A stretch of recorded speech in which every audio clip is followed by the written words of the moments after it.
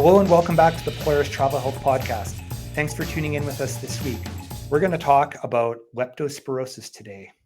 Yeah. So being honest, I'd actually never heard of leptospirosis until very recently, actually until you mentioned it to me, but it's actually the most common zoonotic disease. But what exactly is it? So first of all, you want to talk about what a zoonotic disease is? Yes.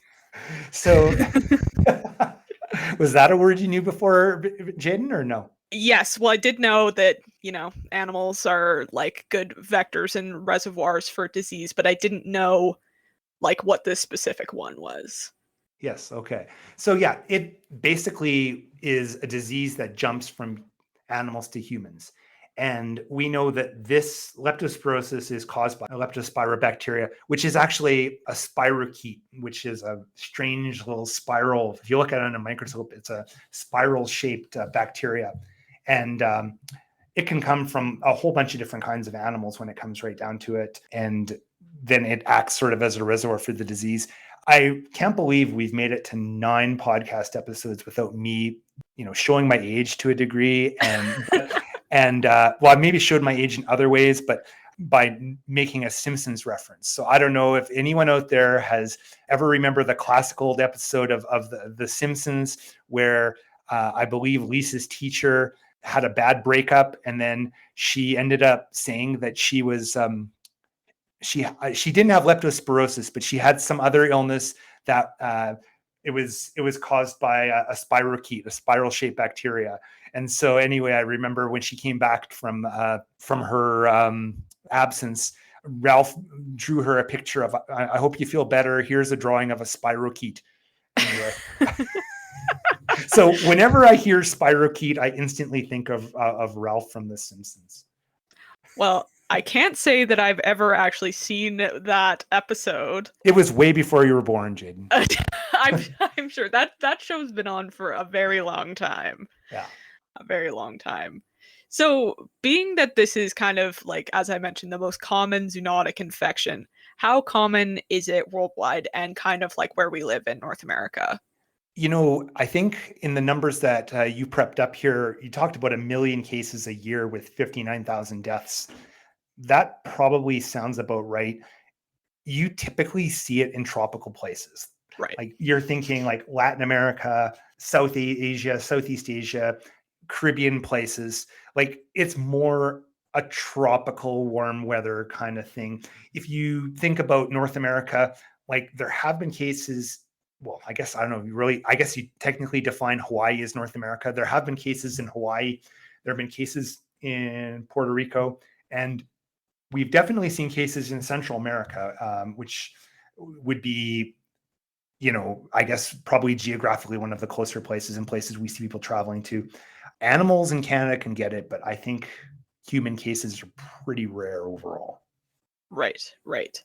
So, how do you actually catch it from one of these animals?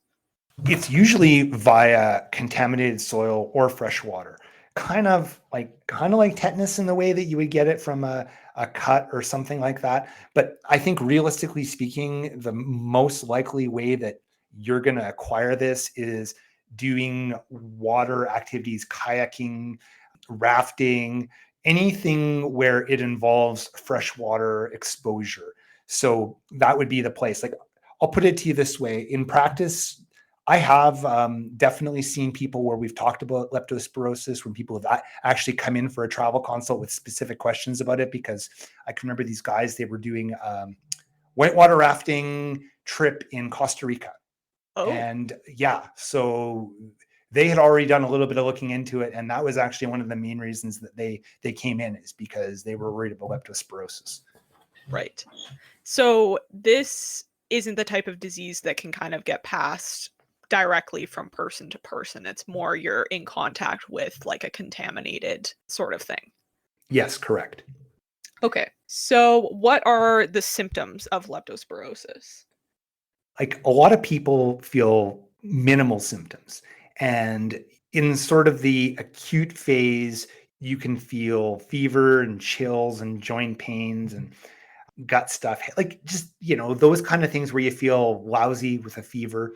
And I know the one thing that can sometimes come up is a rash, and I think it's usually more on the legs, and then really at that point, like, that is probably the most common sort of phase that we're going to see. But if it can turn into a more serious variation, like sort of where you can develop light sensitivity and headaches and even psychological symptoms. So that's what you're looking at. And early on, in the earlier stages, it can be mistaken for other things, other fever related type things like, malaria, for example, or typhoid, dengue. And, if you do get to the point where like you are in the unfortunate 10% of people that have leptospirosis, you're start talking about, liver and kidney organ failure.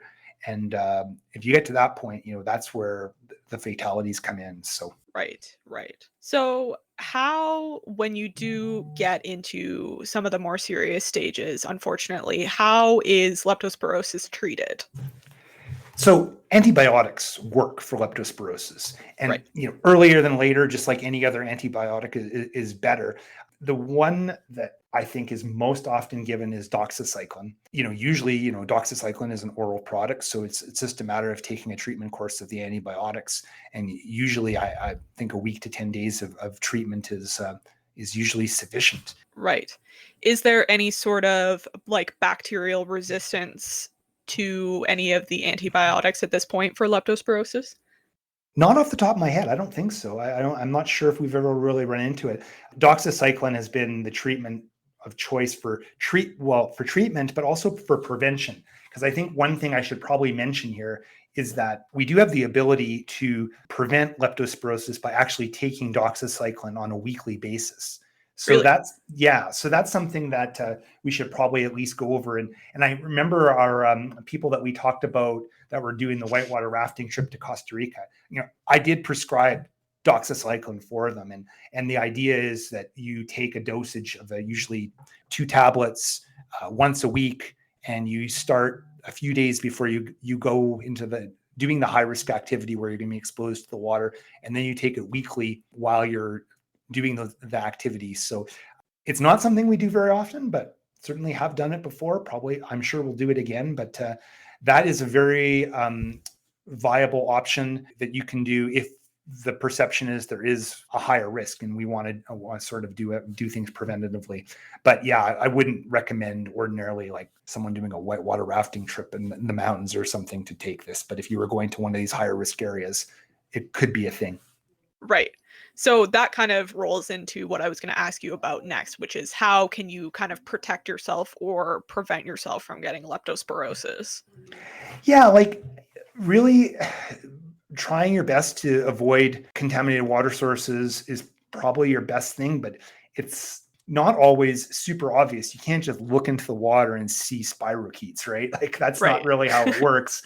That would be good if you could, but yeah. So I think when you're looking at that, we know that times when there is flooding and natural disasters, there is a higher chance of a body of water being contaminated in that way. And the other thing, I guess, too, which I would always mention is that this is a freshwater illness. You're not going to get this in the ocean. Right. So that's one thing to think about from that point of view. And I guess this would be something which would be really, not really obvious to say, is that if you knew that a body of water was really being used as a toilet for a whole bunch of animals, I don't know how you would know that. Just to think that happens all the time. You try not to think about it too much, but yeah, that would be another thing. So it's like I said, the really obvious things to do is avoid exposure, and like I said, especially in the more flood, if it's a post-flood situation. Right. Yeah, it's unfortunate that wild animals don't have indoor plumbing. Is that kind of the main way that the disease is kind of transferred from them to us, is through like their pee basically getting into the water? Yeah, like that's basically what it really amounts to. Yes. Right. Okay. So kind of on that, there is a vaccine, correct? But it's just for animals. Yeah. Like I don't know really that much about the dog vaccine, but there is one available, Right. and it's not as far as I understand, I'm not a dog owner. Actually, Jayden, you probably could know more about this than me. I don't Right. think it's a vaccine that is routinely given like as part of like all of the quote unquote routine dog vaccine schedule. I don't think it's one of the sort of the standard ones, but No. I think it's one that if there is a higher risk, it is an optional vaccine that can be given. And I think the other thing is, if there was a concern that a dog had leptospirosis, like I think they can be prescribed antibiotics, but that's a completely different topic. There's another a topic. How about a veterinary vaccine podcast? That's not something I think I'll take on, but yeah, it's an interesting little niche. Yeah, well, it is. And it's something that I kind of was concerned about when I was researching this because it is kind of more common to catch it from a dog, right? Like Right. they're a pretty common vector, but from what I understand, it's not a required vaccine, so a lot of dogs aren't protected against it, but it's more younger dogs and dogs that have a lot of contact with freshwater sources. So, say if you had a farm or if you lived in more of a rural area where you were letting your dog, say, swim in a pond all the time or like any sort of body of water that's not moving frequently, that seems to be where the most risk is for your dog to get it. But I think it's something that you definitely could talk to your vet about, or they would bring to your attention if they thought that your dog was at a higher risk for it. Yeah, no, that's interesting stuff. Like I said, my knowledge of animal vaccines is pretty limited, so that's actually kind of cool. But good to know. Right, yeah, because you guys don't have dog. We don't have a dog. We don't have a pet at home, and yeah, the clinic is limited to humans. So yes. Humans only. Okay. So how often do you talk to people about leptospirosis? Like you're concerned that someone's going to an area where they might be at risk. Is it mainly just people who are going for relief work, or do you like talk to a lot of people about it for, say, like adventure or travel or something like that? I typically don't see it lots and lots in practice. Every now and then, and it's mostly adventure travelers that are going on, those, like I said, whitewater rafting, kayaking trips, anything in more tropical places where it's going to be a lot of freshwater exposure. So those would be the times that I see that, which, those appointments come up from time to time, but it's not something that certainly we would see every day.